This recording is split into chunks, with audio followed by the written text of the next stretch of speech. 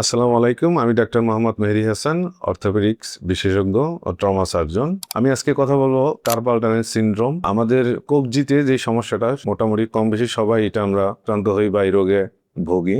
আমাদের হাতের কবজিতে গুরুত্বপূর্ণ একটা নার্ভ বা স্নায়ু, যাকে আমরা মিডিয়ান নার্ভ বলি, ওটা একটা কার্পাল টানেল বা সরু সংকীর্ণ পথের মধ্যে দিয়ে আমাদের আঙ্গুল, বৃদ্ধাঙ্গুলি, তর্জনী, মধ্যমা এই আঙ্গুলগুলিতে বিশেষ করে সাপ্লাই দেয়। কখনো যদি এই কার্পাল টানেল বা সরু চ্যানেলে ওই মিডিয়ান নার্ভটি চাপ পড়ে বা কোনো আঘাতের কারণে ক্ষত হয়, তাহলে আমাদের এই আঙ্গুলগুলিতে তখন অবশ অবশ ভাব বা ঝিনঝিন শুরু হয়। আমাদের দেশে বিশেষ করে আমাদের যারা লং টাইম বা অনেক সময় ধরে কম্পিউটারে কাজ করি, মাউস বা টাইপিং করি, আমাদের যারা মা বোনের আছেন যারা ডায়াবেটিস আক্রান্ত বা হাইপোথাইরয়েডিজম আছে, আর্থ্রাইটিস আছে, বিশেষ করে যারা হাত দিয়ে বাটা কাটা করেন বা হাত দিয়ে অনেক লং টাইম সেলাইয়ের কাজগুলি করেন, তাদের ক্ষেত্রে এই সমস্যাটা বেশি হয়ে থাকে। আমরা সাধারণত কখন বলবো যে উনি কার্পাল টানেল সিনড্রোমে আক্রান্ত বা কার্পাল টানেল সিনড্রোম রোগে ভুগতেছেন? আমরা প্রায়শই লক্ষ্য করি যে কিছু কিছু আমাদের মা বোনেরা বা আমরা যারা পুরুষ, অনেকেরই রাতে ঘুম ভেঙে যায় হঠাৎ করে, হাতের আঙ্গুলগুলি অবশ হয়ে যাচ্ছে,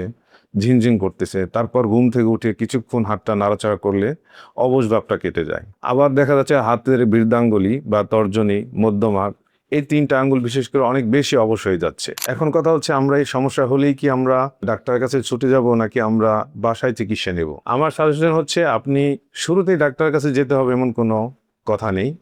আপনার যে কাজগুলো করলে সাধারণত এই সমস্যাটা হচ্ছে সেই কাজগুলি থেকে বিরত থাকুন। আপনি ঘরোয়াভাবে কিছু এক্সারসাইজ করতে পারেন, হাত রেস্ট দিতে পারেন, হাতটাকে একই সাথে অনেক সময় কাজ না করে বিরতি দিয়ে দিয়ে করতে পারেন। এভাবে কিছুদিন দেখার পরে যদি দেখেন আপনার হাতের অবশ ভাব, ঝিনঝিন বা ব্যথা এগুলি কমছে না, তখন আপনি ডাক্তারের শরণাপন্ন হতে পারেন। এখন আমাদের আধুনিক এই যুগে এই চিকিৎসাটা, এই কার্পাল টানেল সিনড্রোম যাদের হয় বা যাদের আছে, অপারেশন ছাড়াই অত্যন্ত আধুনিকভাবে এটার চিকিৎসা করা হয়। তার মধ্যে অন্যতম হচ্ছে, আমরা যদি যেসব কারণে এই সমস্যাটা হচ্ছে ওই সমস্যাগুলো চিহ্নিত করে যদি সেই সমস্যাগুলো সমাধান করতে পারি, তাহলে এটা থেকে সহজে পরিত্রাণ পাওয়া যায়। দ্বিতীয়ত হচ্ছে, আমরা ফিঙ্গার স্প্লিন্ট বা হাত বা কবজিকে রেস্ট দেওয়ার জন্য আমরা এক ধরনের স্প্লিন্ট ব্যবহার করি, ওইটা ব্যবহার করলেও এটা থেকে পরিত্রাণ পাওয়া যায়। আমরা যাদের থাইরয়েডের সমস্যা আছে বা ডায়াবেটিস আছে, এইগুলি কন্ট্রোলে রাখতে পারি, তাহলে এই রোগ থেকে আমরা পরিত্রাণ পেতে পারি। এগুলো করার পরও যাদের সমস্যার সমাধান হচ্ছে না বা অনেক বড় ধরনের সমস্যা,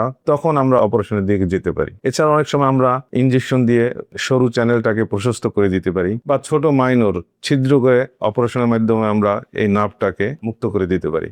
তাহলে আমরা এই সমস্যা থেকে সমাধান হতে পারবো। এবং কাজ করতে গেলে ব্যথা অনুভূত হচ্ছে, অবশ হয়ে যাচ্ছে, হাতটা চিকন হয়ে যাচ্ছে, তাদের ক্ষেত্রে আমরা তাদের পরীক্ষা নিরীক্ষা করি, তখন আমরা বুঝতে পারি যে এটা কার্পাল টানেল সিনড্রোমে আক্রান্ত। আমাদের ভিতরে যারা ওজন বেশি, বিশেষ করে আমাদের গর্ভবতী মা বোনেরা, যখন তাদের শরীরে পানি জমে যায়, তাদের ক্ষেত্রে এই সমস্যাটা হওয়ার সম্ভাবনা বেশি থাকে। এবং যাদের ভিতরে হচ্ছে থাইরয়েডের ওষুধ খাচ্ছি কিন্তু থাইরয়েডটা কন্ট্রোলে নেই, তাদের ক্ষেত্রেও এই সমস্যাটা হতে পারে। এখন কথা হচ্ছে, আপনি কখন ডাক্তারের কাছে যাবেন? আপনি যদি ঘরোয়াভাবে বা নিজস্ব প্রাথমিক চিকিৎসা নেওয়ার পরও এই সমস্যা থেকে পরিত্রাণ পাচ্ছেন না, বা আপনি আপনার নিকটে যে চিকিৎসক তাদের দেখানোর পরও আপনি এটার সমাধান পাচ্ছেন না, আপনার হাতটা দিন দিন অবশ হয়ে যাচ্ছে, চিকন হয়ে যাচ্ছে, আপনার ব্যথার তীব্রতা বাড়ছে, তখন অবশ্যই আপনি একজন অর্থোপেডিক্স বিশেষজ্ঞ ডাক্তারের শরণাপন্ন হবেন।